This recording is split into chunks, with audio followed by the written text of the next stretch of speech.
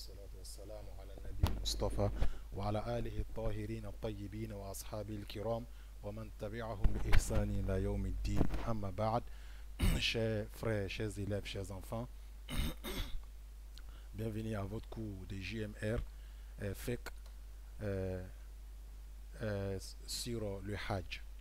Aujourd'hui, nous avons pour thème les lieux d'adoration pendant le pèlerinage. Donc cela est fortement lié à notre définition que nous avons donnée autrefois.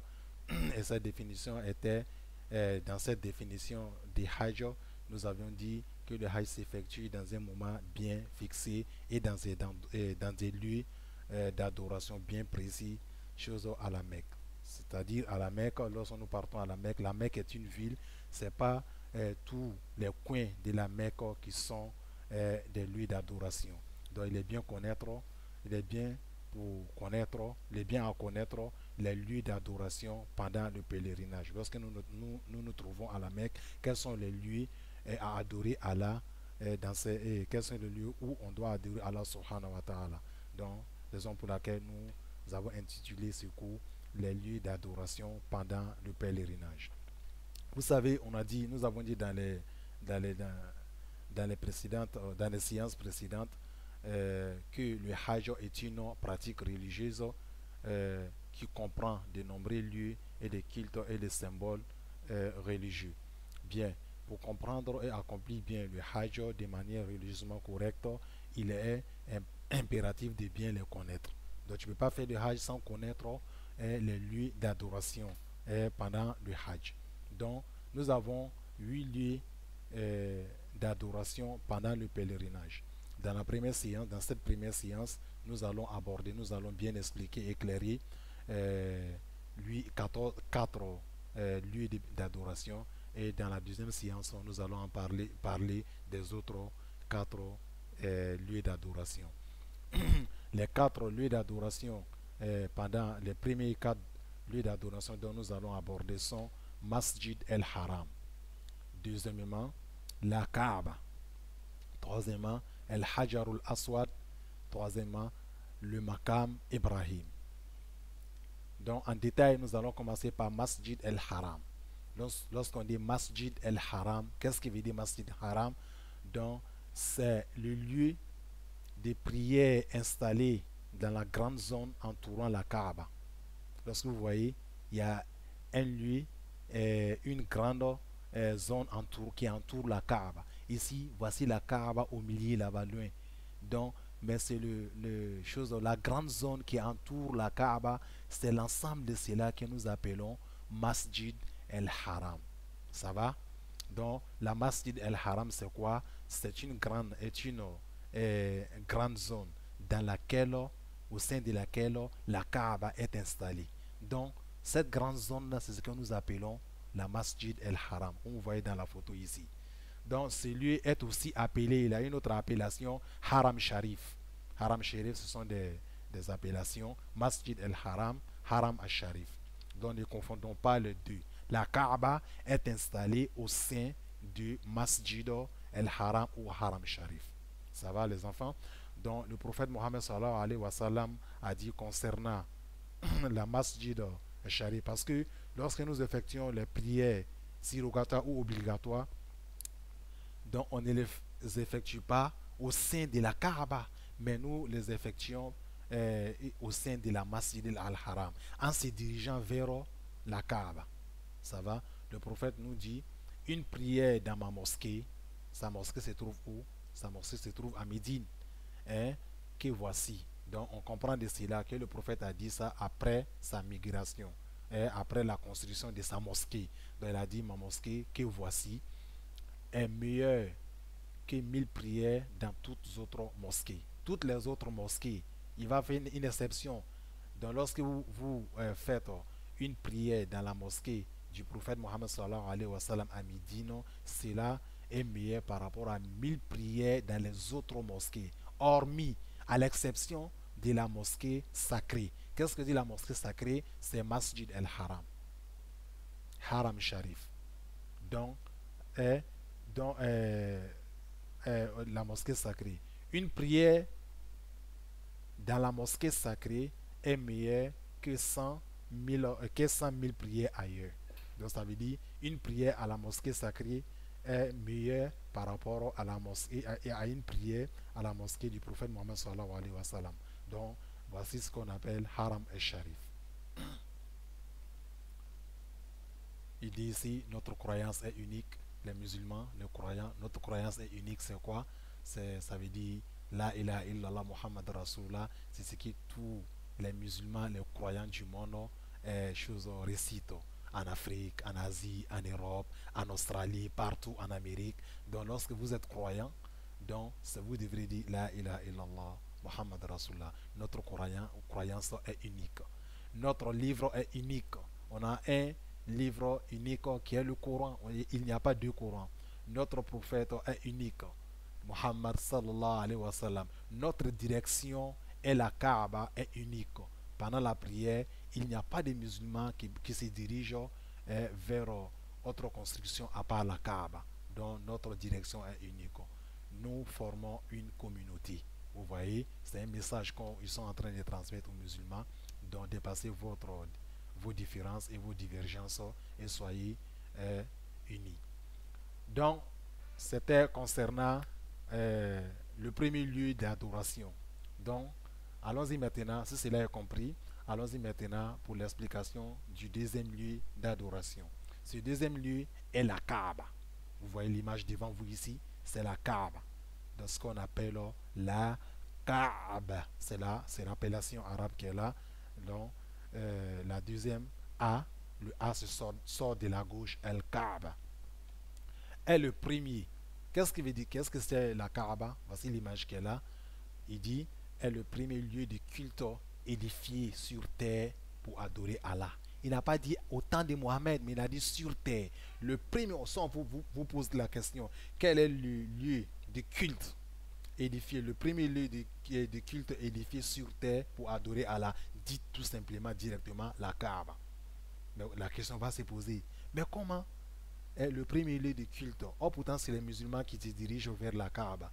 Et les autres religions alors, hein? Le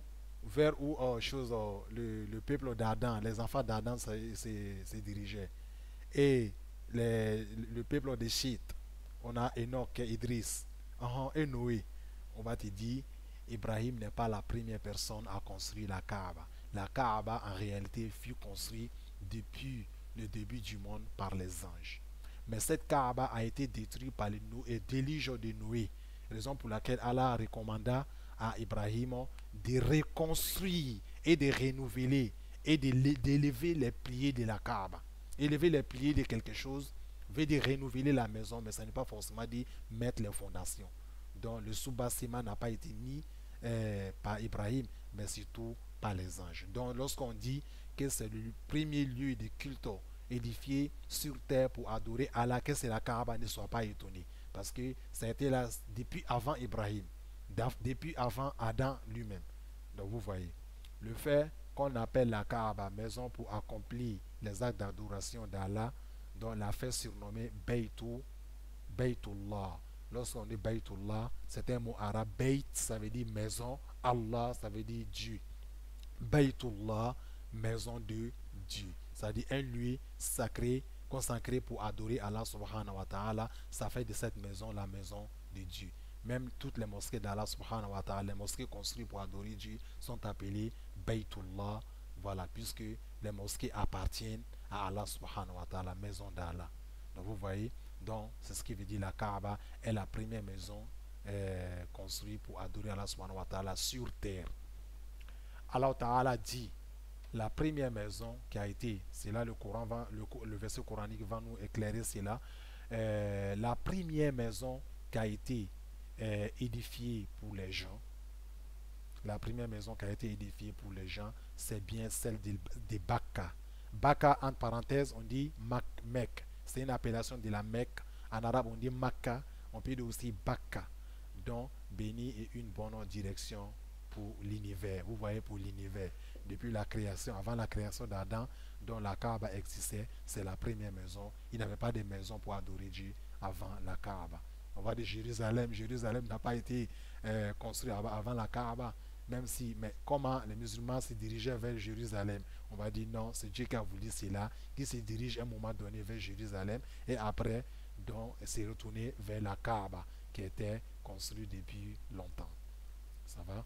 Donc, le deuxième lieu d'adoration pendant le pèlerinage, pendant le Hajj, donc, c'est la Kaaba. Si cela est compris, on va directement vers vers le troisième lieu d'adoration d'Allah. On a un lieu qu'on appelle Al-Hajar Al-Aswad. Al-Hajarul Aswad. Cela signifie en français la pierre noire.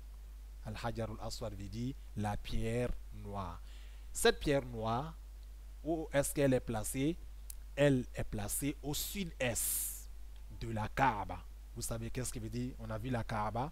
Donc lorsque vous regardez le sud-est de la Kaaba, donc la Hajar al-Aswad est placée là-bas. Donc il a été placé par qui? Par Ibrahim alayhi salam. La Hajar al-Aswad a été placée par Ibrahim. Donc en faisant l'Umrah ou bien le Hajj, qu'est-ce qu'on fait? La circumambulation, ça veut dire le tour de la Kaaba.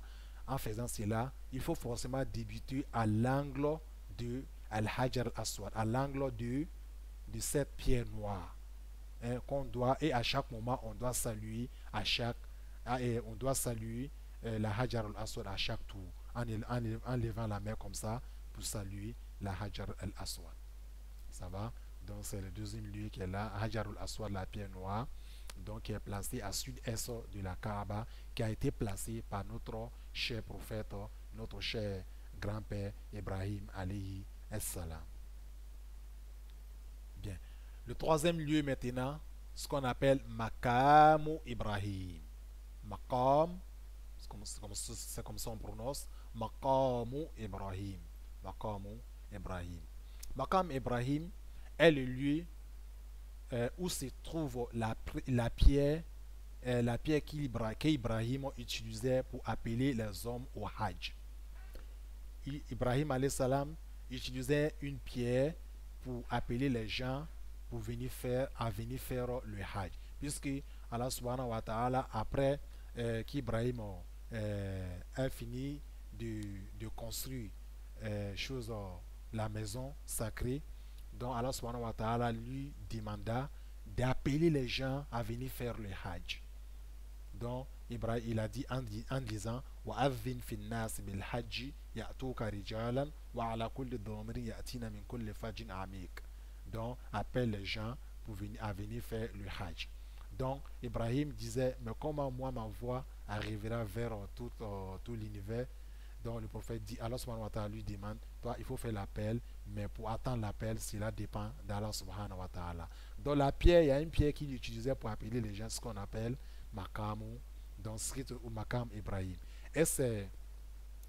Et qui a servi, et c'est cette pierre qui a servi, qui a servi à Ibrahim comme échelle pour construire la Kaaba. C'est ce qu'il utilisait pour construire la Kaaba. Donc, pour construire la Kaaba, donc ce qui veut dire Makamu Ibrahim. Donc dans ce lieu, il est important d'accomplir le rituel de la prière, des rituels de la prière là-bas. Lorsque vous possédez à faire cela, c'est vraiment très, très bon, c'est beaucoup méritoire si vous avez l'opportunité de le faire. Est-ce que vous voyez en face de vous ici, après la tawaf, lorsque vous avez les moyens de faire des 2 rakats là-bas, c'est très bon, puisque c'est Allah subhanahu wa ta'ala qui nous recommande de prendre ce lieu-là comme un lieu de prière. Allah Ta'ala dit dans le Saint-Coran, nous fîmes de la maison un lieu de visite. Ça veut dire quoi la maison? Ça veut dire la Kaaba. Nous fîmes de la Kaaba, un lieu de visite. Et un asile pour les gens.